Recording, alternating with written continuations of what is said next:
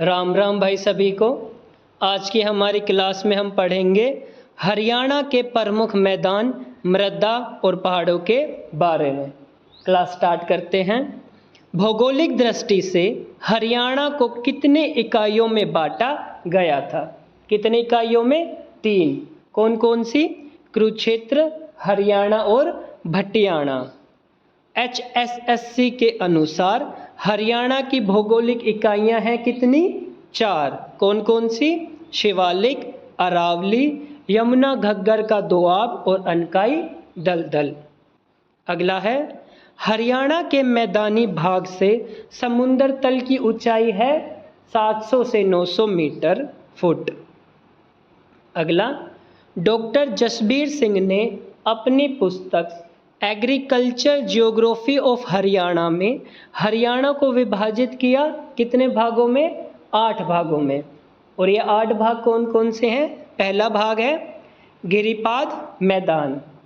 यह मैदान शिवालिक पहाड़ियों के दक्षिण में यमुना से घग्गर नदी तक यमुनानगर, अंबाला, पंचकुला जिले में फैला है। कालका जो पंचकुला में पड़ता है, नारायणगढ़ अंबाला में। इन मैदानों को घर कहा जाता है। वह जगाधरी जो यमुनानगर में पड़ता है, इसे वहाँ कंघी कहा जाता है। इन मैदानों का विस्तार 25 किलोमीटर चौड़ी पाट के रूप में हुआ है। अगला है शिवालिक मैदान। इन मैदानों का विस्तार राज्य के उत्तर पूर्वी भाग में पंचकुला, अंबाला, यमुनानगर तक फैला है। तीव्र ढाल के कारण नदियों द्वारा इनका अत्यधिक अपरदन होता है। शिवालिक पहाड़ियों में हरियाणा की सबसे ऊंची चोटी कुरोह स्थित है, जिसकी लंबाई कितनी है? 1514 मीटर।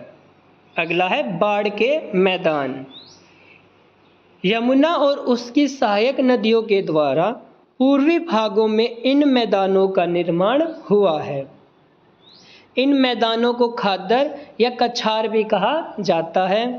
मारकंडा नदी द्वारा बनाए गए मैदानों को बैट व घग्गर नदी द्वारा बनाए गए मैदानों को नेली कहा जाता है। अगला है हमारा जलोढ़ मैदान। यमुना और घग्गर नदियों के बीच शिवालिक के गिरिपाद क्षेत्र से अरावली तक फैला उच्च भूमि का मैदान जलोढ़ मैदान कहलाता है। इस मैदान को बांगर भी कहा जाता है।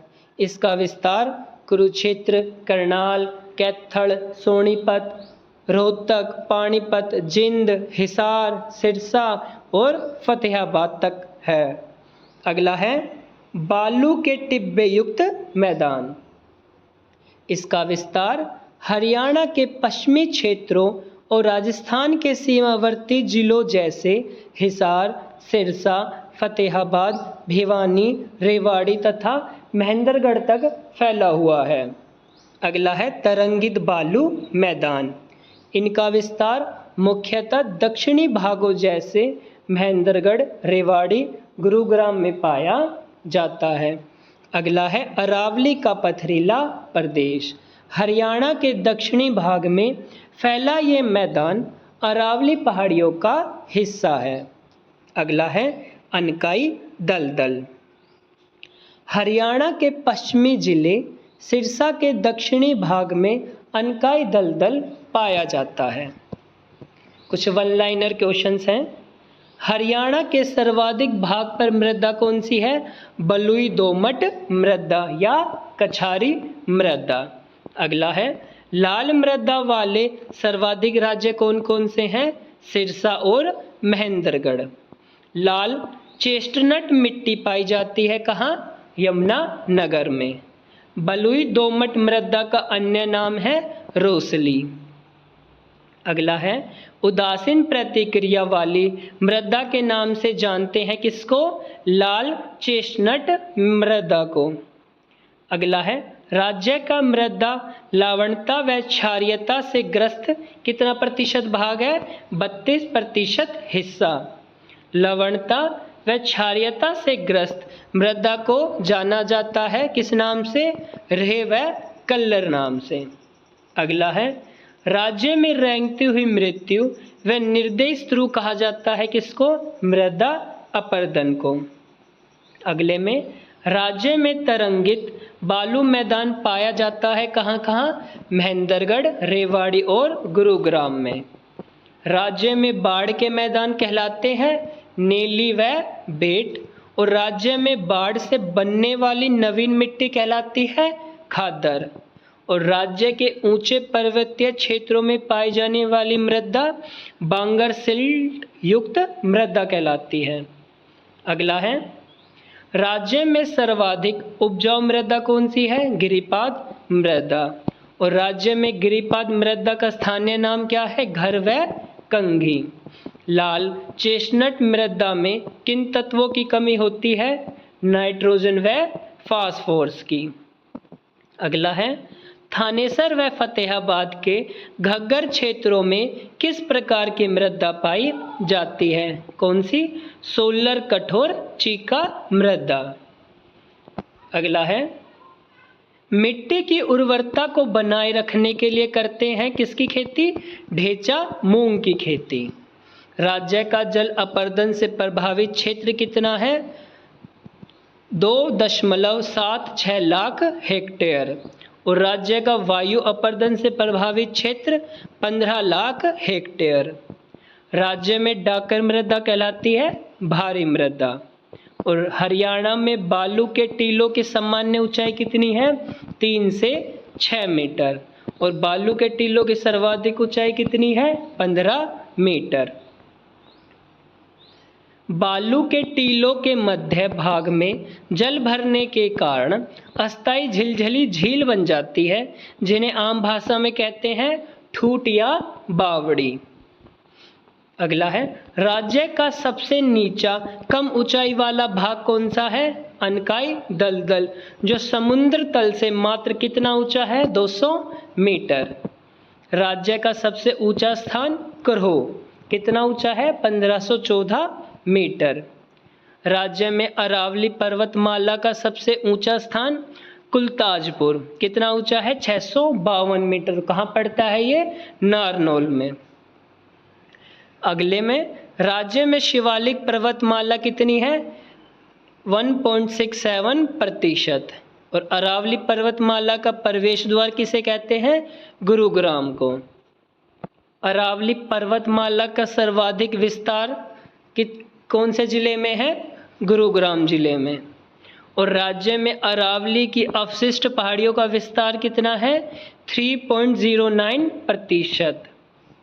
अरावली पर्वत भाग की समुद्र तल से ऊंचाई कितनी? 300 मीटर। अरावली पहाड़ियों के दक्षिणी भाग का स्थानीय नाम क्या है? मेवात की पहाड़ियाँ। शिवालिक पर्वत श्रेणियाँ स्थित हैं पंचकुला, अंबाला और यमुनानगर में। शिवालिक पर्वत की समुद्र तल से ऊंचाई कितनी है? 300 से 400 मीटर। और हिमालय के मैदान के बीच योजक की कड़ी कौन बनता है? मोरनी पहाड़ियाँ। अगला है, राज्य के किस भाग को समुद्र स्पर्श करता है? दक्षिणी भाग को।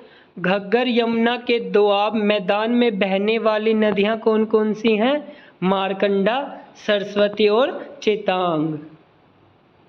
राज्य में भारी मृदा कहलाती है खादर, हल्की मृदा कहलाती है रोसली, और राज्य में डाक मृदा का प्रमुख क्षेत्र है थानेसर, फतेहाबाद और जगाधरी। सर्वाधिक कछारी मृदा पाई जाती है भिवानी में। अरावली पर्वतमाला का पर्यटक स्थल कौन सा है? ढोसी की पहाड़ी। और अरावली पर्वतमाला का विस्तार कहाँ कहाँ है? फरीदाबाद, नूह, गुरुग्राम, रेवाड़ी, भिवानी, चरखी दादरी और महेंद्रगढ़। राज्य में जलोढ़ पंख पाया जाता है गिरिपादीय मैदानों के 7 जिलों में। राज्य में कपूरी पहाड़ियाँ पाई जाती हैं दादरी में, और एलुवियल मिट्टी पाई जाती है जिंद में। ड्रोन से निगरानी करवाई जाएगी अरावली पर्वतीय क्षेत्र की। सैमग्रस्त व लवणीय भूमि के उपचार के लिए ऑपरेशन पायलट प्रोजेक्ट आरंभ हुआ 1994 में। राज्य में जलोढ़ मैदान नहीं है, कहाँ नहीं है? पंचकुला में। राज्य में शुष्क कृषि के लिए सर्वाधिक उपयोग मिट्टी रोसली हल्की मिट्टी की। थानेसर में पाई जाने वाली भारी मृदा कहलाती है डाबर।